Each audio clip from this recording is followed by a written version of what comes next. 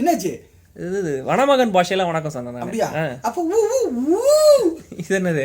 இது வந்து okay please continue அப்படின்னு சொன்னேன். அப்படி இல்லை, இது செந்தில் கூட விடுவார்ல ஊன்னு அந்த மாதிரி இருந்தது. இது சரி, விஷயத்துக்கு வரேன்.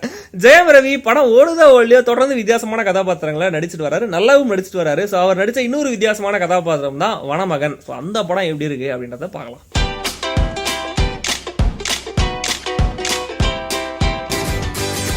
வனமகன் ஹீரோயின் சாயிஷா ஒரு மல்டி மில்லியனர், ஒரு ஸ்பாயில்டு கிட். அவங்களுடைய மாமா பிரகாஷ் ராஜோடைய கண்காணிப்புல தான் வளர்றாங்க. நியூ இயரை செலிப்ரேட் பண்ணுறதுக்காக ஃப்ரெண்ட்ஸோட அந்தமானுக்கு வராங்க. வந்த இடத்துல சந்தர்ப்பவசத்தால் பழங்குடி இனத்தை சேர்ந்த ஜெயம் ரவி வனமகன் அவர் தான் அவரை மீட் பண்ணுற மாதிரி சுச்சுவேஷன் உருவாகுது. தொடர்ந்து நடக்கிற சில சம்பவங்களால ஜெயம் ரவி சாயிஷா கூடயே சென்னைக்கு டிராவல் ஆகி வந்துடுறாரு. அங்கே சில மிஸ் அட்வென்ச்சர்ஸ்லாம் நடக்குது. அதுக்கப்புறம் ஜெயம் ரவிக்கும் ஹீரோயின் நடுவில் ஒரு பாண்டிங் உருவாகுது. இன்டர்நெட்டில் அந்தமான்லேருந்து ஒரு போலீஸ் டீம் ஜெயம் ரவியை தேடி சென்னைக்கு வராங்க. ஸோ அவங்க ஏன் ஜெயம் ரவியை தேடி வராங்க, ஜெயம் ரவியோட பேக்ரவுண்ட் என்ன, அது தெரிஞ்ச அப்புறம் ஹீரோயின் என்ன பண்ணாங்க, அவங்களுக்கும் ஹீரோவுக்கும் நடுவில் இருக்கிற அந்த ரிலேஷன்ஷிப் என்ன ஆச்சுன்னு ரொம்ப ப்ரெடிக்டபிளான கதையை முடிஞ்ச வரைக்கும் பொழுதுபோக்கா சொல்லியிருக்கிற படம் தான் வனமகன்.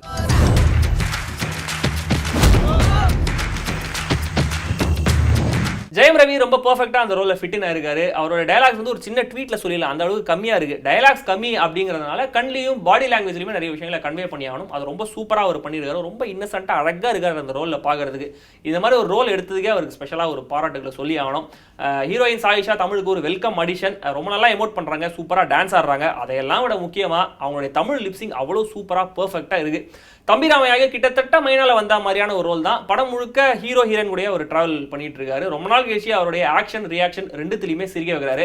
பிரகாஷ் ராஜ் இன்னொரு ஜுஜூபி ரோல் லெஃப்ட் ஹேண்ட்ல அசால்ட்டா டீல் பண்ணிருக்காரு. அந்த காட்டு பையன் காவியாவை கடத்திருக்கான். Operation zero. டெக்னிக்கலா ரொம்ப தரமான படம் வனமகன். அற்புதமான லேண்ட்ஸ்கேப்ஸை அந்த அழகும் பிரமிப்பும் குறையாம ஸ்கிரீன்ல கொண்டு வந்திருக்காரு சினிமாட்டோகிராஃபர் திரு. அதுவும் இல்லாமல் ஒரு முக்கியமான காட்சியை சிங்கிள் ஷாட்ல எடுத்திருக்காங்க. ரெவரண்டோட ரெஃபரன்ஸ் நினைக்கிறேன், அது சொல்லலை, பட் ஸ்டில் நல்லா எடுத்திருந்தாங்க, அதையும் சொல்லி ஆகணும். ஹாரி ஜெயராஜ் பாடல்களோட பின்னணி இசையில கவனிக்க வைக்கிறாரு. அந்த பழங்குடி மக்களோட இடம், அவங்களுடைய ட்ரெஸ்ஸுன்னு நிறைய விஷயங்களை நல்ல டீட்டெயிலிங்கோட பண்ணியிருந்தாங்க. அது ரொம்ப நல்லா இருந்தது. ஹீரோவுக்கும் ஹீரோயினுக்கும் நடுவில் ரிலேஷன்ஷிப் உருவாகிற காட்சிகள், ஒவ்வொரு வாட்டியும் ஜெயம் ரவி ஒரு பாராட்டுக்காக தன்னுடைய ஷோல்டரை காமிக்கிற விதம், ரம்யாவை தூக்கிட்டு வர ஒரு காட்சி, ஒரு சின்ன குழந்தைய அதோட அப்பா கிட்ட சேர்க்கிற மாதிரியான காட்சின்னு படம் முழுக்க நிறைய நல்ல திருமணங்கள் இருக்கு. மனுஷன் பேச முடியுமா? அவதார் கடம்பன்னு நம்ம அதிகம் பார்த்து பழக்கப்பட்ட கதையா இருந்தாலும் அது ஃபர்ஸ்ட் ஹாஃப் வரையும் சுவாரஸ்யமாவே சொல்லியிருக்காரு இயக்குனர் ஏஎல் விஜய். நிறைய ஸ்வீட் மூமெண்ட்ஸும் இருக்கு முன்னாடியே சொன்ன மாதிரி. ஆனால் செகண்ட் ஹாஃப் மேலே தான் படம் தரம் பொருளுது. நம்ம முன்னாடியே கெஸ் பண்ண முடியறதுனால சீக்கிரமா விஷயத்துக்கு வாங்கப்பா அப்படின்ற ஒரு மூட்லேயே படத்தை பார்க்க வேண்டியதா இருக்கு. அதுவும் தேவையில்லாத பாடல்களும் படத்துடைய ஓட்டத்துக்கு தடையா இருக்கு. செகண்ட் ஹாஃப்ல லீட் கேரக்டர்ஸோடைய டிராவல் கதைக்கு தேவையா இருந்தாலும் அதை இன்னும் கூட அழுத்தமாகவும் கிறிஸ்பாவும் சொல்லியிருந்தா படத்துடைய சுவாரஸ்யம் பெருசா கெட்டு போகாம இருந்திருக்கும். அதுவும் அந்த ப்ரெடிக்டபிளான கிளைமேக்ஸ் வந்து பெரிய த்ரெட்டு வில்ல அப்படின்னு இயக்குனர் நினைச்சதை எல்லாத்தையுமே காலி பண்ணிடுது. படத்துல சிஜியும் கொஞ்சம் சுமாராக தான் இருக்கு.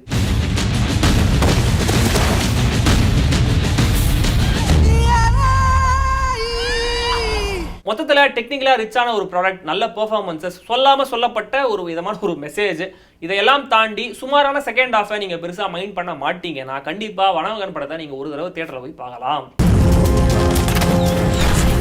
வனமகன் படம் முழுக்க ஒரு ஃபீல் குட் ஃபேக்டர் இருந்தது. அதை விட முக்கியமாக படத்தோட என் கிரெடிட்ஸில் உலகம் முழுக்க இருக்கிற வெவ்வேறு பழங்குடி மக்களுடைய பிரிவு, அவங்களுடைய பாப்புலேஷன்ற மாதிரி ஒரு ஸ்டாட்டிஸ்டிக்ஸ் கொடுத்துருந்தாங்க. அதுவும் ரொம்ப இன்ட்ரெஸ்டிங்காக இருந்தது. என்னடா வனமகன் படத்தை பற்றி ரொம்ப பாசிட்டிவாக நம்ம நினச்சிட்டு இருக்கோமே, மக்களும் அதை தான் நினைக்கிறாங்களா அப்படின்னு சோஷியல் மீடியாவை பார்க்கும்போது மக்கள் கொஞ்சம் கிரிட்டிக்கலாக தான் படத்தை அனலைஸ் பண்ணியிருந்தாங்க. ஒருவேளை AAA படம் வந்து பயங்கரமாக நம்மளை மெதின்னு மெச்சதுனால நமக்கு வனமகன் படம் வந்து அவ்வளோ சூப்பராக தெரியுதோ அப்படின்ற மாதிரி ஒரு டவுட்டு. இப்போ AAA படம் கூட சவுகார்பேட்டை ரிலீஸ் ஆயிருந்தா என்ன ஆயிருக்கும்? கவலைப்படாதீங்க கார்த்தி, இது பார்ட் 2 வரும்போது சவுகார்பேட்டை பார்ட் 2 ரிலீஸ் பண்ணுவாங்க பாருங்க. வாடா வாடா வாடா, ஓம் படத்துக்கு ஏன் படத்துக்கு சோடி போட்டுக்கிறோமா, சோடி போட்டுக்கிறோமா.